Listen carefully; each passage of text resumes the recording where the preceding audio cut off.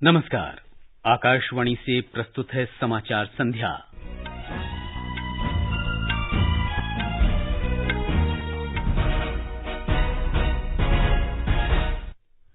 कांग्रेस सांसद की राष्ट्रपति द्रौपदी मुर्मू पर अभद्र टिप्पणी और विपक्ष के महंगाई और अन्य मुद्दों पर हंगामे के बीच संसद के दोनों सदनों की कार्यवाही दिन भर के लिए स्थगित। कई केंद्रीय मंत्रियों ने राष्ट्रपति पर कांग्रेस नेता अधीर रंजन चौधरी की टिप्पणी की कड़ी निंदा की। राष्ट्रीय महिला आयोग ने उन्हें पेश होने के लिए नोटिस भेजा। प्रधानमंत्री नरेंद्र मोदी ने गुजरात के साबरकांठा में साबर डेयरी की कई परियोजनाओं का लोकार्पण और शिलान्यास किया। गृहमंत्री अमित शाह राष्ट्रीय शिक्षा नीति के 2 वर्ष पूरे होने के अवसर पर कल नई दिल्ली में शिक्षा क्षेत्र से संबंधित कई पहलों का शुभारंभ करेंगे। विदेश मंत्रालय ने पाकिस्तान के कब्जे वाले कश्मीर में चल रही परियोजनाओं का विरोध करते हुए कहा, ये देश की संप्रभुता और क्षेत्रीय अखंडता का उल्लंघन। भारत के पहले स्वदेशी विमान वाहक पोत विक्रांत को कोचीन शिपयार्ड ने भारतीय नौसेना को सौंपा। प्रधानमंत्री ने चेन्नई में 44वें शतरंज ओलंपियाड का उद्घाटन किया और राष्ट्रमंडल खेलों का रंगारंग उद्घाटन समारोह आज ब्रिटेन के बर्मिंघम में। समाचार संध्या में सिद्धार्थ सिंह के साथ मैं मुकेश कुमार। संसद के दोनों सदनों की कार्यवाही कांग्रेस सांसद अधीर रंजन चौधरी की राष्ट्रपति द्रौपदी मुर्मू के बारे में की गई अभद्र टिप्पणी पर हंगामे के बीच दिन भर के लिए स्थगित कर दी गई है। सत्ता पक्ष और विपक्ष के सदस्य इस मुद्दे पर अपने रवैये पर अडिग रहे। लोकसभा में भारतीय जनता पार्टी के सदस्य बल दे रहे थे कि कांग्रेस अध्यक्ष को देश से माफी मांगनी चाहिए, जबकि विपक्षी सदस्य चाहते थे कि अधीर रंजन चौधरी को बोलने दिया जाए। इससे पहले कपड़ा मंत्री स्मृति ईरानी ने संबंधित टिप्पणियों पर कड़ा विरोध जताया। उन्होंने आरोप लगाया कि कांग्रेस अध्यक्ष सोनिया गांधी के कहने पर राष्ट्रपति के खिलाफ अभद्र टिप्पणी की गई है। देश के सर्वोच्च संवैधानिक पद पर आसीन एक आदिवासी महिला, गरीब परिवार की महिला का इस प्रकार से अनादर करना, उनकी गरिमा पर प्रहार करना, कांग्रेस ने सोनिया जी की अध्यक्षता में ये संस्कार विहीन, मूल्य विहीन और संविधान को चोट पहुंचाने वाला काम किया है। संसद में और सड़क पर कांग्रेस पार्टी और उनके नेताओं को राष्ट्र के प्रथम नागरिक, देश की राष्ट्रपति द्रौपदी मुर्मू जी और देश से माफी मांगनी चाहिए। उधर राज्यसभा में विपक्षी सदस्य महंगाई और गुजरात में जहरीली शराब कांड के मुद्दे पर विरोध कर रहे थे, जबकि सत्ता पक्ष के सदस्यों ने अधीर रंजन चौधरी की टिप्पणी पर नारेबाजी की। चौथी बार स्थगन के बाद शाम को सदन की कार्यवाही दोबारा शुरू हुई तो पहले जैसी स्थिति बनी रही। कांग्रेस, आम आदमी पार्टी और अन्य सहित विपक्षी सदस्य सरकार के खिलाफ नारेबाजी करते हुए सदन के बीचों बीच आ गए। इनके साथ 3 निलंबित सांसद भी थे। सत्ता पक्ष के सदस्य भी खड़े होकर कांग्रेस अध्यक्ष सोनिया गांधी से माफी की मांग कर रहे थे। शोर शराबे के बीच सदन की कार्यवाही कल तक के लिए स्थगित कर दी गई। भारतीय जनता पार्टी सांसदों ने राष्ट्रपति द्रौपदी मुर्मू के खिलाफ कांग्रेस नेता अधीर रंजन चौधरी द्वारा की गई आपत्तिजनक टिप्पणी के विरोध में आज संसद भवन परिसर में प्रदर्शन किया। वित्त मंत्री निर्मला सीतारामन सहित पार्टी के अन्य सांसद हाथों में तख्तियां लिए हुए कांग्रेस विरोधी नारे लगा रहे थे। ये सभी कांग्रेस अध्यक्ष सोनिया गांधी से माफी मांगने की मांग कर रहे थे। इस बीच कांग्रेस नेता अधीर रंजन चौधरी ने स्पष्ट किया है कि भूलवश उन्होंने ये टिप्पणी की थी। उधर विपक्ष ने आज मूल्य वृद्धि, आवश्यक वस्तुओं पर जीएसटी दरों में वृद्धि और सांसदों के निलंबन के मुद्दों को लेकर संसद भवन परिसर में विरोध प्रदर्शन किया। कांग्रेस और अन्य विपक्षी दलों के सदस्यों ने सरकार के खिलाफ नारेबाजी की। राज्यसभा में विपक्ष के नेता मल्लिकार्जुन खड़गे ने कहा कि संसद में मुद्दे उठाना सदस्यों का अधिकार है। इस बीच राज्यसभा के 20 निलंबित सांसद संसद भवन परिसर में 50 घंटे का विरोध जारी रखे हुए हैं। उन्हें सदन में अनुचित व्यवहार के लिए निलंबित कर दिया गया था। संसदीय कार्य मंत्री प्रहलाद जोशी ने विपक्ष पर संसद में चर्चा से भागने का आरोप लगाया है। श्री जोशी ने कहा कि वित्त मंत्री निर्मला सीतारामन अब वापस आ गई हैं और सरकार महंगाई तथा अन्य संबंधित मुद्दों पर चर्चा कराने के लिए तैयार है। उन्होंने विपक्ष पर आरोप लगाया कि उसकी मंशा दोनों सदनों को बाधित करने की है। कई केंद्रीय मंत्रियों ने राष्ट्रपति द्रौपदी मुर्मू पर कांग्रेस नेता अधीर रंजन चौधरी की टिप्पणी की कड़ी निंदा की है। विधि और न्याय मंत्री किरेन रिजिजू ने कहा कि उनकी टिप्पणी से पूरा देश चिंतित है और कांग्रेस अध्यक्ष सोनिया गांधी को इसके लिए देश से माफी मांगनी चाहिए। मैं कहना चाहता हूं कि ये अधीर रंजन अकेला का मुद्दा नहीं है और वो हल्के फुल्के से जो कह रहे हैं वो कौन सी बड़ी बात है। राष्ट्रपति को मिल के मैं माफी मांग लूंगा। इस तरह से हल्का फुल्का करके ये गंभीर उन्होंने देश को राष्ट्रपति पद की गरिमा को हम सब के दिल में जो चोट पहुंचाया है वो श्रीमती सोनिया गांधी जी पूरा कांग्रेस पार्टी देश से माफी मांगना चाहिए। आयुष मंत्री सर्बानंद सोनोवाल ने कहा कि श्री चौधरी की टिप्पणी ने देश के आदिवासियों और महिलाओं का अपमान किया है। श्री सोनोवाल ने कहा कि कांग्रेस में आदिवासियों के लिए कोई सम्मान नहीं है। ये आदिवासी महिला का अपमान है, सारा देश की ट्राइबल की अपमान है और जो जनता हमारे देश के लोकतंत्र पर विश्वास रखते हैं उनका भी अपमान है। इसलिए कांग्रेस ने जो अपराध किया है इसके लिए उनको देशवासियों का आगे माफी मांगना ही होगा। स्वास्थ्य राज्य मंत्री भारती पवार ने कहा कि जो लोग एक महिला का सम्मान नहीं कर सकते वो देश को क्या सम्मान देंगे। उधर राष्ट्रीय महिला आयोग ने अधीर रंजन चौधरी को आयोग के सामने पेश होने तथा राष्ट्रपति पर उनकी टिप्पणी के लिए लिखित स्पष्टीकरण देने के वास्ते नोटिस भेजा है। सुनवाई 3 अगस्त को निर्धारित की गई है। आयोग ने कांग्रेस अध्यक्ष सोनिया गांधी को इस मामले में हस्तक्षेप करने तथा श्री चौधरी के खिलाफ उनकी अपमानजनक टिप्पणी के लिए उचित कार्रवाई करने के लिए भी लिखा है। देश में 30 जून तक 403 गीगावाट से अधिक बिजली उत्पादन की क्षमता हासिल कर ली गई थी। लोकसभा में लिखित उत्तर में बिजली मंत्री आरके सिंह ने बताया कि यह अप्रैल महीने में दर्ज की गई लगभग 215.89 गीगावाट की अधिकतम बिजली मांग को पूरा करने के लिए पर्याप्त है। उन्होंने कहा कि केंद्र ने राज्य के स्वामित्व वाली बिजली वितरण कंपनियों के वित्तीय और परिचालन बदलाव के लिए उज्ज्वल डिस्कॉम एश्योरेंस योजना उदय 2015 शुरू की थी। श्री सिंह ने कहा कि आपूर्ति की औसत लागत और औसत राजस्व के बीच के अंतर को शून्य करना भी एक लक्ष्य है। प्रधानमंत्री नरेंद्र मोदी ने चेन्नई के जवाहरलाल नेहरू इंडोर स्टेडियम में 44वें शतरंज ओलंपियाड का उद्घाटन किया है। प्रधानमंत्री इस समय समारोह को संबोधित कर रहे हैं। आइए सुनते हैं। Energy of youth and enabling environment. Our talented youngsters, especially from small towns and villages, are bringing glory. It is heartening to see women at the lead of India's sport revolution. The administrative framework, incentive structures, and infrastructure have been revolutionized. Friends, today is a good day for international sports. We have the 44th Chess Olympiad starting here in India. In the UK, the 22nd Commonwealth Games will begin today. Thousands of athletes from many parts of the world are keen to make their nation proud. I wish them all the best. Friends, in sports, there are no losers. There are winners and there are future winners. रंगारंग उद्घाटन कार्यक्रम में अंतर्राष्ट्रीय, राष्ट्रीय और राज्य स्तरीय शतरंज मास्टर्स ने भाग लिया। देश के 75 प्रतिष्ठित शहरों को पार करने वाली मशाल को विश्वनाथन आनंद द्वारा स्टेडियम में लाया गया था। सूचना और प्रसारण मंत्री अनुराग ठाकुर ने कहा है कि नरेंद्र मोदी के नेतृत्व वाली सरकार पूरे देश में प्रतिभाओं की पहचान करने तथा उनका पोषण करने का प्रयास कर रही है। आकाशवाणी समाचार से बातचीत में श्री ठाकुर ने कहा कि भारत पहले ही अंडर 17 पुरुष विश्व शतरंज चैंपियनशिप सफलतापूर्वक आयोजित कर चुका है और अंडर 17 महिला चैंपियनशिप इस साल अक्टूबर में आयोजित की जानी है। राष्ट्रमंडल खेलों की शुरुआत आज से बर्मिंघम में हो रही है। इंग्लैंड के 16 अलग अलग स्थानों पर हो रहे ये खेल 8 अगस्त तक चलेंगे। एक रिपोर्ट।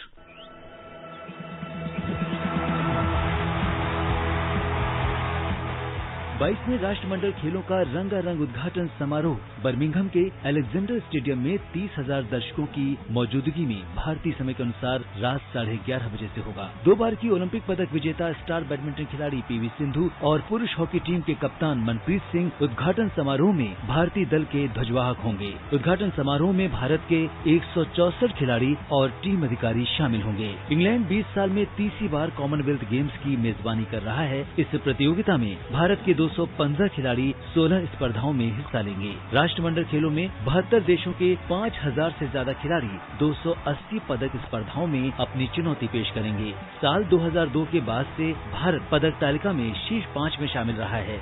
अब सबकी उम्मीदें बर्मिंघम पर लगी हैं, जहां हमारे एथलीट्स अपना दमखम दिखाने के लिए पूरी तरह तैयार हैं। सिद्धार्थ सिंह, खेल डेस्क।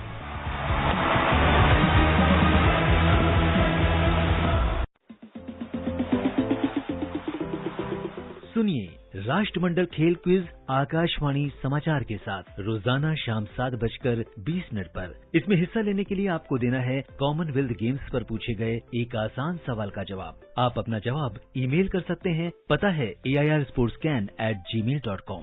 विजेता को टीम इंडिया की एक जर्सी भी दी जाएगी। तो देर किस बात की, सुनिए स्पोर्ट्स कैन प्रतिदिन शाम 7:20 पर FM गोल्ड 100.1 मेगाहर्ट्ज और हमारे YouTube channel news on AIR official पर। ये समाचार हमारी वेबसाइट newsonair.com/hindi और हमारे mobile app news on AIR पर भी उपलब्ध हैं। देश का ईमानदार टैक्स पेयर राष्ट्र निर्माण में बहुत बड़ी भूमिका निभाता है। जी हाँ, ये आपके द्वारा दिया हुआ आयकर ही तो है जो राष्ट्र निर्माण और विकास की विभिन्न योजनाओं को संभव बना रहा है और देश की प्रगति को एक नई गति दे रहा है। तो आगे बढ़िए और एक ईमानदार टैक्स पेयर होने के नाते निर्धारण वर्ष 2022-23 की अपनी आयकर रिटर्न 31 जुलाई तक फाइल कीजिए। वो व्यक्ति व संस्थाएं जिनके खाते टैक्स ऑडिट के लिए उत्तरदायी नहीं हैं, उनके लिए 31 जुलाई 2022 तक अपना आयकर रिटर्न दाखिल करना अनिवार्य है। रिटर्न फाइल करने और अधिक जानकारी के लिए www.incometax.gov.in पर लॉग ऑन करें। प्रत्येक आयकरदाता एक राष्ट्र निर्माता। समाचार संध्या में आपका फिर स्वागत है। आगे बढ़ने से पहले मुख्य समाचारों पर एक नजर। कांग्रेस सांसद की राष्ट्रपति द्रौपदी मुर्मू पर अभद्र टिप्पणी और विपक्ष के महंगाई और अन्य मुद्दों पर हंगामे के बीच संसद के दोनों सदनों की कार्यवाही दिन भर के लिए स्थगित।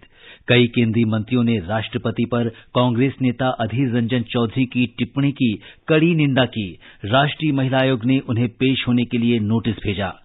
प्रधानमंत्री नरेंद्र मोदी ने गुजरात के साबरकांठा में साबर डेयरी की कई परियोजनाओं का लोकार्पण और शिलान्यास किया। गृहमंत्री अमित शाह राष्ट्रीय शिक्षा नीति के 2 साल पूरे होने के उपलक्ष्य में कल नई दिल्ली में शिक्षा क्षेत्र से संबंधित कई पहलों का शुभारंभ करेंगे। विदेश मंत्रालय ने पाकिस्तान के कब्जे वाले कश्मीर में चल रही परियोजनाओं का विरोध करते हुए कहा, ये देश की संप्रभुता और क्षेत्रीय अखंडता का उल्लंघन है। भारत के पहले स्वदेशी विमानवाहक पोत विक्रांत को कोचीन शिपयार्ड ने भारतीय नौसेना को सौंपा। प्रधानमंत्री ने चेन्नई में 44वें शतरंज ओलंपियाड का उद्घाटन किया और राष्ट्रमंडल खेलों का रंगारंग उद्घाटन समारोह आज ब्रिटेन के बर्मिंघम में। प्रधानमंत्री नरेंद्र मोदी ने गुजरात के साबरकांठा में कई परियोजनाओं का उद्घाटन और शिलान्यास किया।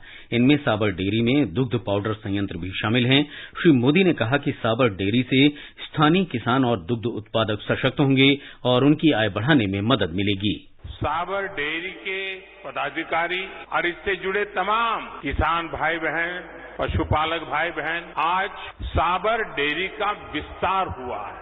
सैकड़ों रुपए के नए प्रोजेक्ट यहां लग रहे हैं। आधुनिक टेक्नोलॉजी से लैस मिल्क पाउडर प्लांट और एसेप्टिक पैकिंग सेक्शन, उसमें एक और लाइन जुड़ने से साबर डेयरी की क्षमता और अधिक बढ़ जाएगी।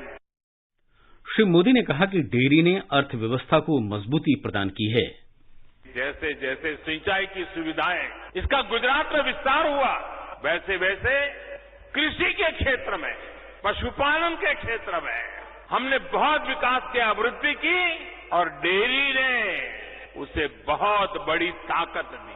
अर्थव्यवस्था को डेयरी ने स्थिरता भी दी, डेयरी ने सुरक्षा भी दी और डेयरी ने प्रगति के नए अवसर भी दिए। प्रधानमंत्री ने कहा कि केंद्र सरकार के प्रयासों से किसानों की आय में वृद्धि देखी जा रही है। किसान की आय बढ़ाने के लिए जो प्रयास बीते 8 वर्षों में केंद्र सरकार ने किए हैं, उसकी वजह से गुजरात समेत देश के अलग अलग हिस्सों में किसानों की आय में बढ़ोतरी देखी जा रही है। किसानों की आय में बागवानी, पशुपालन, मछली पालन, इसकी वजह से भी काफी वृद्धि हुई है। और इसमें भी सबसे बड़ी बात ये निकलकर सामने आ रही है कि जो भूमिहीन किसान है, जो सबसे गरीब होते हैं, उनकी आय में सबसे ज्यादा बढ़ोतरी दर्ज की गई है। गृहमंत्री अमित शाह राष्ट्रीय शिक्षा नीति के 2 साल पूरे होने के उपलक्ष्य में कल नई दिल्ली में शिक्षा क्षेत्र से संबंधित पहलों का शुभारंभ करेंगे। इनमें डिजिटल शिक्षा, नवाचार, तालमेल शिक्षा और कौशल विकास, शिक्षक प्रशिक्षण तथा मूल्यांकन जैसे क्षेत्रों सहित शिक्षा और कौशल विकास कार्यक्षेत्र को पूरे विस्तार के साथ शामिल किया जाएगा।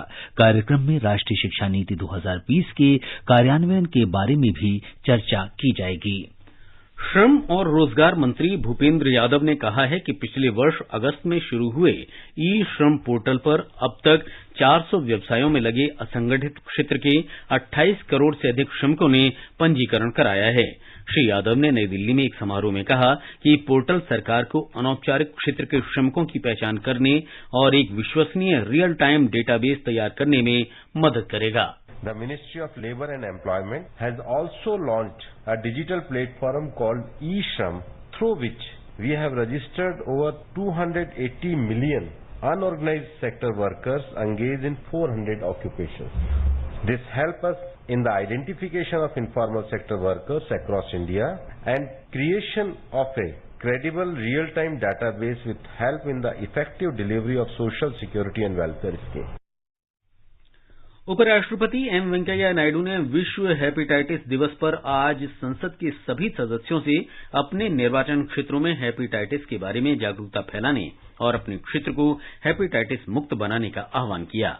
नई दिल्ली में आज एक कार्यक्रम में लोकसभा अध्यक्ष ओम बिड़ला ने भी हेपेटाइटिस के खिलाफ मिलकर प्रयास करने का आह्वान किया। स्वास्थ्य मंत्री डॉक्टर मनसुख मांडविया ने देश में स्वास्थ्य सुरक्षा के लिए एकजुट होकर कार्य करने का आह्वान किया। श्री मांडविया ने कहा कि सरकार हेपेटाइटिस मुक्त भारत बनाने के लिए हर संभव प्रयास कर रही है। सरकार ने देश भर में 249 स्थानों पर 111 लाख टन से अधिक की क्षमता वाले साइलोज विकसित करने का प्रस्ताव किया है। इसे गेहूं साइलोज यानी भंडारण संरचना के विकास के लिए हब एंड स्पोक मॉडल के अंतर्गत विकसित किया जाएगा। उपभोक्ता मंत्रालय ने कहा है कि भारत में अनाज के भंडारण को आधुनिक बनाने के लिए सार्वजनिक निजी भागीदारी में एक नया मॉडल लागू करने का प्रस्ताव किया गया है। केंद्र सरकार ने कहा है कि भारत तेजी से विनिर्माण क्षेत्र में विदेशी निवेश के लिए पसंदीदा देश बनकर उभर रहा है। पिछले वित्त वर्ष की तुलना में 2020-21 में विनिर्माण क्षेत्रों में प्रत्यक्ष विदेशी निवेश 76% बढ़ा है। कर्नाटक 37% से अधिक और महाराष्ट्र 26% से अधिक के साथ शीर्ष पर रहा है। सरकार निवेश प्रतिबंधों को उदार बनाने, बाधाओं को दूर करने, अंतर्राष्ट्रीय संबंधों को बनाए रखने और कारोबार को सुगम बनाने में सुधार की प्रक्रिया जारी रखे हुए है। विदेश मंत्रालय ने दोहराया है कि पूरा जम्मू कश्मीर क्षेत्र भारत का हिस्सा है। विदेश मंत्रालय के प्रवक्ता अरिंदम बागची ने कहा कि पाकिस्तान के कब्जे वाले कश्मीर में ऐसी गतिविधियां या परियोजनाएं चल रही हैं जिनका भारत विरोध करता है। सीपेक पे हमारा स्टेटमेंट पिछले हफ्ते आया था, जिसमें हमने 2 चीजों का काफी क्लैरिटी से कहा था। एक कि जम्मू एंड कश्मीर में पाकिस्तान ऑक्युपाइड कश्मीर जो है उसमें इस तरह के कोई एक्टिविटीज हो तो वो हमारे सॉवरेंटी, टेरिटोरियल इंटीग्रिटी के खिलाफ है, तो उसमें हम ऑब्जेक्ट करते हैं। और दूसरा कि कोई तीसरी देश इसमें न जुड़े, क्योंकि हम पहले से चेतावनी दे रहे हैं, हमारे सॉवरेंटी की बात है। म्यांमार की सत्ताधारी सरकार जुंटा द्वारा 4 लोकतंत्र समर्थक कार्यकर्ताओं को फांसी दे जाने के मुद्दे पर श्री बागची ने कहा कि भारत ने इस घटना पर गहरी चिंता व्यक्त की है। उन्होंने कहा कि कानून के तांत्रिक प्रक्रिया को सबसे ऊपर रखना चाहिए। मालदीव के राष्ट्रपति इब्राहिम मोहम्मद सोलिह 1 अगस्त से 4 अगस्त तक सरकारी यात्रा पर भारत आ रहे हैं। उनके साथ उच्च स्तरीय अधिकारी और व्यापारिक शिष्टमंडल भी आ रहा है। विदेश मंत्रालय के प्रवक्ता अरिंदम बागची ने कहा कि राष्ट्रपति इब्राहिम राष्ट्रपति द्रौपदी से मुलाकात करेंगे और प्रधानमंत्री नरेंद्र मोदी से बातचीत करेंगे। उन्होंने बताया कि विदेश मंत्री डॉक्टर एस जयशंकर राष्ट्रपति इब्राहिम से मुलाकात करेंगे। महासागर क्षेत्र में मालदीव भारत का एक महत्वपूर्ण पड़ोसी है और भारत की पड़ोसी पहले की नीति में उसे विशेष स्थान प्राप्त है। भारत और रूस ने आज मॉस्को में संयुक्त राष्ट्र से संबंधित मुद्दों पर विचार विमर्श किया। दोनों पक्षों ने संयुक्त राष्ट्र सुरक्षा परिषद की कार्यसूची और हाल के घटनाक्रम के मुद्दों पर व्यापक चर्चा की। विदेश मंत्रालय ने कहा कि वे संयुक्त राष्ट्र और अन्य बहुदेशीय मंचों पर आतंकवाद का मुकाबला करने पर सहयोग को और मजबूत करने पर सहमत हुए हैं।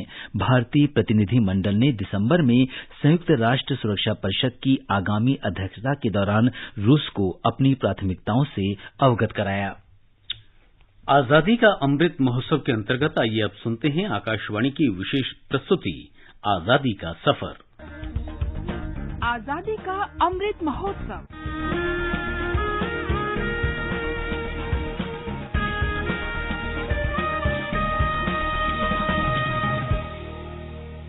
आजादी का सफर आकाशवाणी समाचार के संग।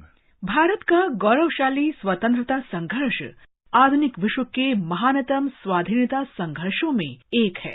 आकाशवाणी से हम प्रत्येक दिन प्रस्तुत कर रहे हैं इस शानदार संघर्ष की एक झलक।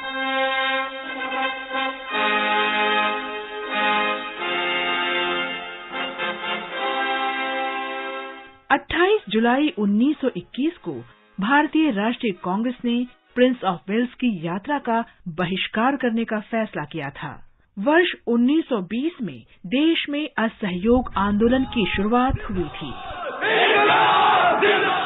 उस वर्ष छात्रों ने ब्रिटिश सरकार द्वारा या उनके समर्थन से चलाए जा रहे स्कूल छोड़ दिए। ब्रिटिश कार्यालयों में नौकरी करने वाले लोगों ने नौकरी छोड़ दी और स्वतंत्रता आंदोलन में शामिल हो गए। जनता ने असहयोग को दर्शाने के लिए ब्रिटिश सामान को जलाने के लिए बड़े पैमाने पर रैलियों में इकट्ठा होना शुरू कर दिया। ब्रिटेन के कारखानों में बने सामान की तुलना में लोगों ने स्थानीय कारीगरों के बने सामान को अधिक महत्व देना शुरू कर दिया।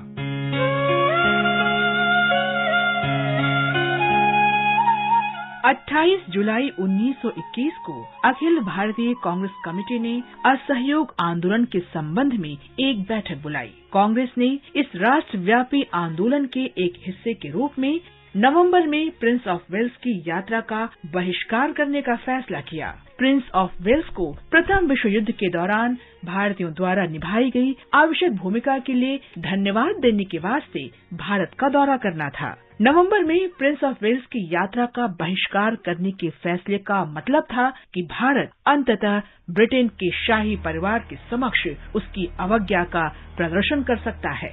बहिष्कार की तैयारी शुरू हो गई। महात्मा गांधी ने आंदोलनकारियों के साथ जेल भरने की मांग की। नवंबर 1921 में प्रिंस ऑफ वेल्स के आगमन पर व्यापक विरोध प्रदर्शन किया गया। उनका स्वागत सुनसान सड़कों और बड़े पैमाने पर देशव्यापी हड़ताल के साथ किया गया था। देश भर में राजनीतिक बैठकें भीड़ की हिंसा से प्रभावित हुई। मुंबई में स्थिति बिगड़ गई और वहां पुलिस की दमनपूर्ण कार्रवाई में कई प्रदर्शनकारी गंभीर रूप से घायल हो गए। नवंबर 1921 में असहयोग आंदोलन का अगला चरण शुरू हुआ, जिसने सरकार को हिलाकर रख दिया।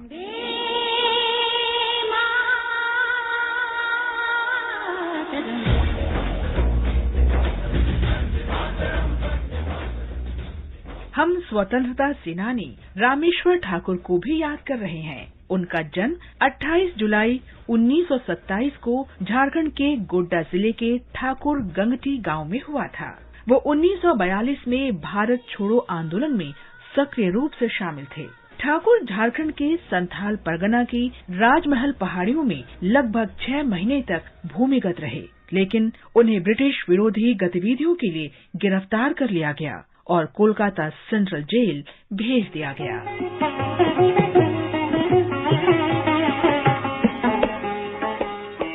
स्वतंत्रता के पश्चात रामेश्वर ठाकुर राजनीति में आए और उन्होंने झारखंड में संथाल परगना में सामाजिक सुधारों और ग्रामीण पुनर्निर्माण गतिविधियों में सक्रिय रूप से भाग लिया। रामेश्वर ठाकुर ने 1965 में हरिदेवी मेमोरियल फंड की स्थापना में मदद की। 1976 में उन्होंने गोड्डा में हरिदेवी ग्रामीण रेफरल अस्पताल और 2002 में अपने पैतृक गांव ठाकुर गंगटी में कैंसर, कुष्ठ रोग और टीबी के लिए अस्पताल स्थापित करने में मदद की। रामेश्वर ठाकुर ने 1998 से 2001 तक और फिर नवंबर 2004 के बाद भारत स्काउट्स एंड गाइड्स के अध्यक्ष के रूप में कार्य किया। उन्होंने 2007 में कर्नाटक के 15वें राज्यपाल के रूप में शपथ ली। 24 जून 2009 को शेष कार्यकाल के लिए उन्हें मध्य प्रदेश स्थानांतरित कर दिया गया। रामेश्वर ठाकुर 15 जनवरी 2015 को मृत्यु तक लोगों की भलाई के लिए काम करते रहे। आकाशवाणी समाचार की ओर से महान भारतीय को नमन। आज हम मध्य प्रदेश के नन्हे खां को भी याद कर रहे हैं। उन्होंने 1857 के स्वतंत्रता के पहले संग्राम के दौरान अपने इलाके के विद्रोहियों के साथ कई अवसरों पर ब्रिटिश सेना से लड़ाई लड़ी। नन्हे खां को अंग्रेजों ने एक मुठभेड़ के दौरान पकड़ लिया और 28 जुलाई 1857 को उन्हें फांसी दे दी गई। वीर शहीद को हमारा शत शत नमन। आज बस इतना ही। आजादी का सफर आकाशवाणी समाचार के संग। कल फिर मिलेंगे नई कड़ी के साथ।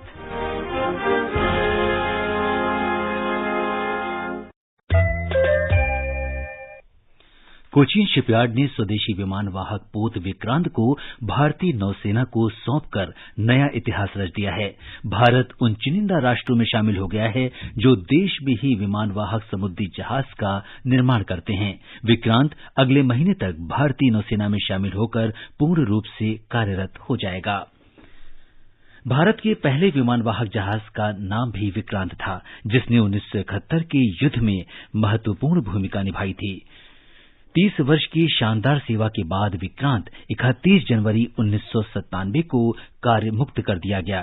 रक्षा मंत्रालय ने कहा है कि देश की जहाजरानी क्षेत्र की सुरक्षा के क्षमता निर्माण में विक्रांत का ये नया स्वरूप नए उत्साह का संचार करेगा। भारतीय नौसेना को आज कोचीन अंतर्राष्ट्रीय हवाई अड्डे पर अमेरिका से 2 MH-60R बहुउद्देशीय वाले हेलीकॉप्टर प्राप्त हुए हैं। अमेरिकी वायुसेना के विशेष विमान असाइनमेंट मिशन फ्लाइट द्वारा ये हेलीकॉप्टर उपलब्ध कराए गए हैं। 14,000 करोड़ रुपए से अधिक लागत के एक सौदे के अंतर्गत भारत को अमेरिका से ये हेलीकॉप्टर प्राप्त हुए हैं। इन हेलीकॉप्टरों के नौसेना में शामिल किए जाने से भारतीय नौसेना की पनडुब्बी युद्ध की क्षमता बहुत अधिक बढ़ जाएगी। बंबई शेयर बाजार का संवेदी सूचकांक आज 1041 अंक की भारी बढ़त के साथ 56,858 पर बंद हुआ। नेशनल स्टॉक एक्सचेंज का निफ्टी भी 288 अंक बढ़कर 16,930 पर पहुंच गया। झारखंड के धनबाद जिले में सीबीआई की विशेष अदालत ने न्यायाधीश उत्तम आनंद हत्याकांड पर आज फैसला सुनाया। सीबीआई की विशेष अदालत के न्यायमूर्ति रजनीकांत पाठक ने मामले के दोनों आरोपियों लखन वर्मा और राहुल वर्मा को आईपीसी की धारा 302 और 201 के अंतर्गत दोषी ठहराया। अदालत 6 अगस्त को मामले में सजा की घोषणा करेगी। अंत में मुख्य समाचार एक बार फिर। कांग्रेस सांसद की राष्ट्रपति द्रौपदी मुर्मू पर अभद्र टिप्पणी और महंगाई तथा अन्य मुद्दों पर विपक्ष के हंगामे के कारण सदन के दोनों सदनों की कार्यवाही दिन भर के लिए स्थगित। कई केंद्रीय मंत्रियों ने राष्ट्रपति पर कांग्रेस नेता अधीर रंजन चौधरी की टिप्पणी की कड़ी निंदा की। राष्ट्रीय महिला आयोग ने उन्हें पेश होने के लिए नोटिस भेजा। प्रधानमंत्री नरेंद्र मोदी ने गुजरात के साबरकांठा में साबर डेयरी की कई परियोजनाओं का लोकार्पण और शिलान्यास किया। गृह मंत्री अमित शाह राष्ट्रीय शिक्षा नीति के 2 वर्ष पूरे होने के अवसर पर कल नई दिल्ली में शिक्षा क्षेत्र से संबंधित कई पहलों का शुभारंभ करेंगे। विदेश मंत्रालय ने पाकिस्तान के कब्जे वाले कश्मीर में चल रही परियोजनाओं का विरोध करते हुए कहा, ये देश की संप्रभुता और क्षेत्रीय अखंडता का उल्लंघन है। भारत के पहले स्वदेशी विमान वाहक पोत विक्रांत को कोचीन शिपयार्ड ने भारतीय नौसेना को सौंपा। प्रधानमंत्री ने चेन्नई में 44वें शतरंज ओलंपियाड का उद्घाटन किया और राष्ट्रमंडल खेलों का रंगारंग उद्घाटन समारोह आज ब्रिटेन के बर्मिंघम में। इसके साथ ही समाचार संध्या का ये अंक समाप्त हुआ। नमस्कार।